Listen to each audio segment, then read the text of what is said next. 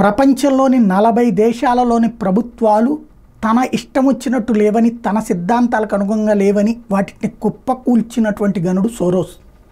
ఆ సోరోస్ వారసుడే ఇప్పుడు నడుస్తుంది. ఆ వారసుడి చేతుల్లోనే మన గాంధీల వారసుడు ప్రస్తుతం నడుస్తున్నాడు.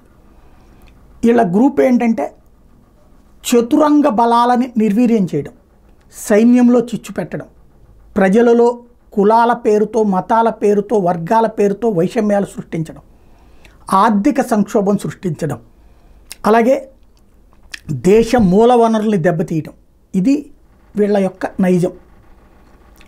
యుద్ధం అన్నటువంటిది నేరుగా చేయకుండా ఇలాగ అంతర్గత విభేదాలు సృష్టించి వివాదాలు సృష్టించే తత్వం.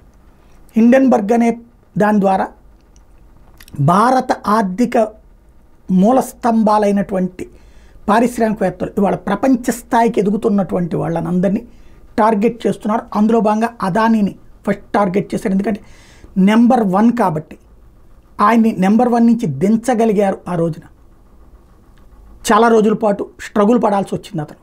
ఎందుకంటే అతను చేస్తున్న తప్పు, ప్రపంచంలో తన వ్యాపారాన్ని విస్తరిస్తున్నాడు. ఒక భారతీయుడు యూరప్ దేశాలతో పోటీపడి కాంట్రాక్టులు సంపాదించడం పోర్టుల విషయంలో అనేది వీళ్ళకి నచ్చల. అదే ఇక్కడ అసలు లాజిక్. ఇప్పుడు అదానీ మీద హిండెన్బర్గ్ నివేదిక మళ్ళీ మొన్న కొత్త లెక్కలంటూ తీసుకొచ్చినటువంటి నేపథ్యంలో అదానీ గ్రూప్ దాన్ని తోసిపుచ్చింది. హిండెన్బర్గ్ నాటకాలని నమ్మద్దంది. నిజంగానే హిండెన్బర్గ్ ఈ దఫా చెప్పే వాదనలు జనం కూడా నమ్మకపోవడమే ఇక్కడ ఓ రకంగా భారత ప్రజాస్వామ్యం చాచి చెంపదెబ్బ కొట్టినట్టు అనమాట.